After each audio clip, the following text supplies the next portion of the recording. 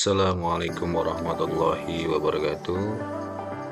Bapak Ibu, kali ini saya akan memberikan tutorial bagaimana cara mengerjakan pengelolaan kinerja guru di platform Merdeka Mengajar. Yang pertama adalah kita masuk ke dalam website guru.kemendikbud.go.id. Saya ulangi lagi, kita masuk di website guru.kemendikbud.go.id. Setelah itu kita pilih ini ya, kita pilih ini buka PMM. Setelah itu kita pilih masuk. Nah, kemudian kita masukkan user dan password belajar ID.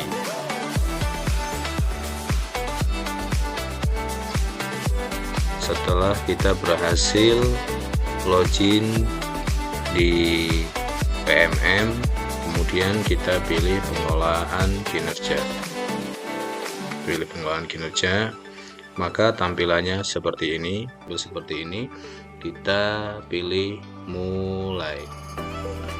Nah, sebelum kita mulai, kita akan ditampilkan untuk mengecek data diri kita. Jadi kita akan mengecek data diri kita. Pastikan jenjang jabatan sesuai karena akan mempengaruhi perencanaan kinerja. Saat ini data hanya bisa diedit 1 kali saja. Jadi Bapak Ibu silakan dicek. Kita pilih yang edit kalau memang ada sesuatu yang kurang benar. Kita coba lihat dulu. Tampilannya seperti ini Bapak Ibu.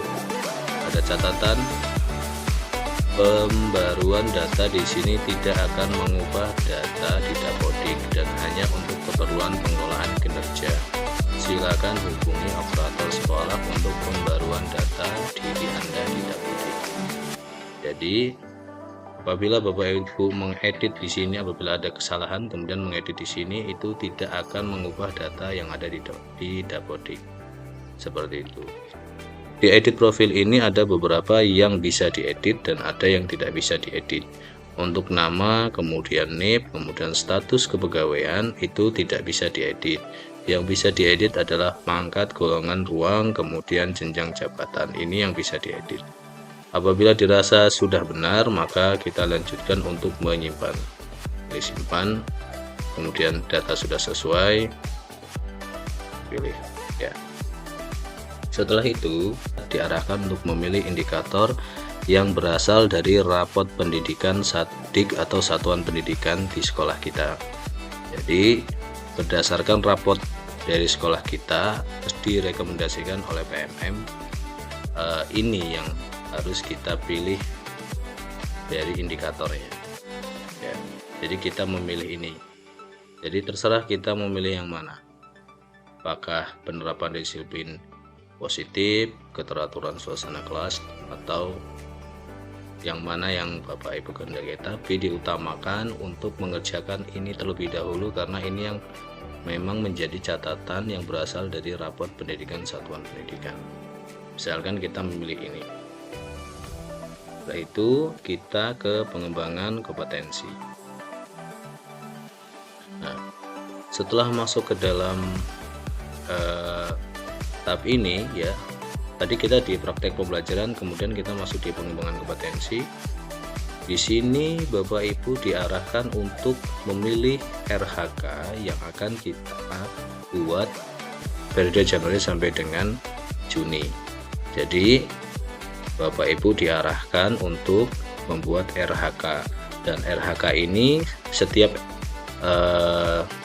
pilihan ini memiliki poin-poin yang harus Bapak Ibu kumpulkan sebanyak 32 poin, minimal 32 poin berdasarkan dari Perdirjen GTK nomor ini, berdasarkan ini. Jadi Bapak Ibu silakan Bapak Ibu memilih dari RHK yang sudah disiapkan di sini sehingga total poinnya itu minimal 32 poin dan maksimal 128 poin. Nah, misalkan Bapak Ibu memilih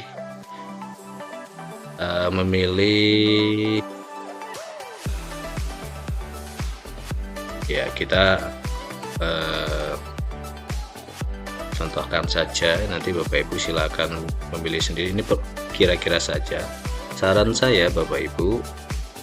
Apabila Bapak Ibu memilih RHK ini, Bapak Ibu harus memperkirakan kira-kira Bapak Ibu ini sanggup tidak menyelesaikan RHK tersebut dalam periode Januari sampai dengan Juni.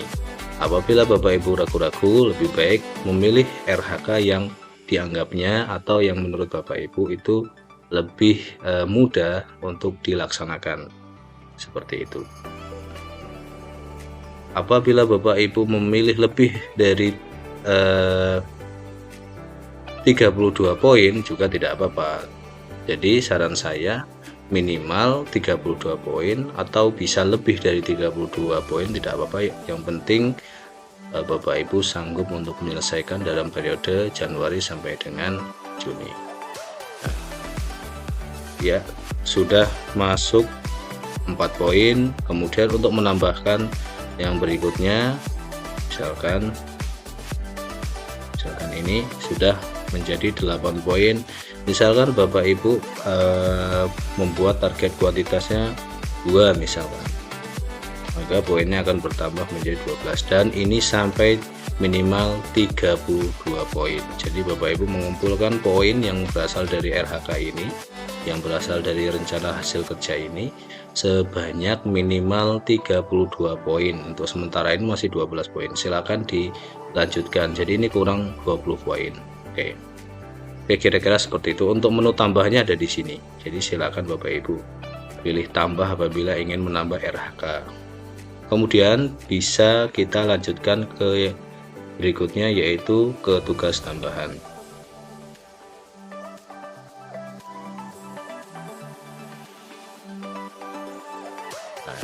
Di tugas tambahan ini ya sudah ke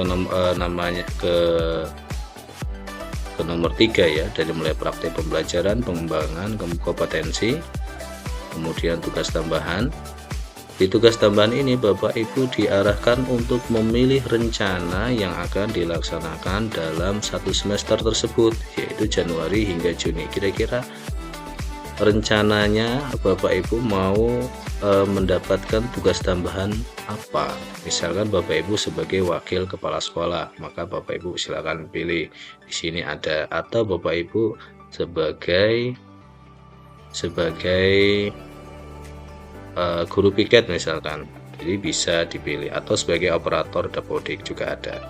Nah, ini misalkan kita pilih ini. Setelah tugas tambahan itu dipilih, kemudian Bapak Ibu lanjut ke perilaku kerja.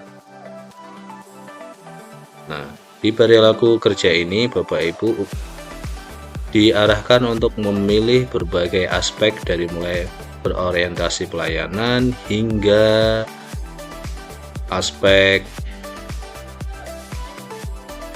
kolaboratif. Jadi Bapak Ibu silakan memilih dari indikator dan perwujudan perilaku. Ada berorientasi pelayanan, kemudian ada akuntabel dan lain-lain. Misalkan apa perilaku yang paling ingin Anda fokuskan di tahun ini? Misalkan Bapak Ibu memilih ini misalkan. Kemudian bagaimana Anda akan menerapkan perilaku tersebut dalam kehidupan sehari-hari? Misalkan pilih ini hingga semuanya terisi, Setelah itu Bapak Ibu bisa lanjut ke rangkuman.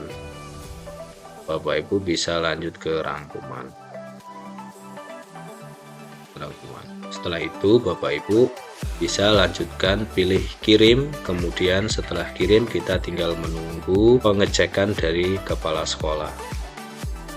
Oke, itu saja Bapak Ibu. Terima kasih. Saya akhiri. Wassalamualaikum warahmatullahi wabarakatuh.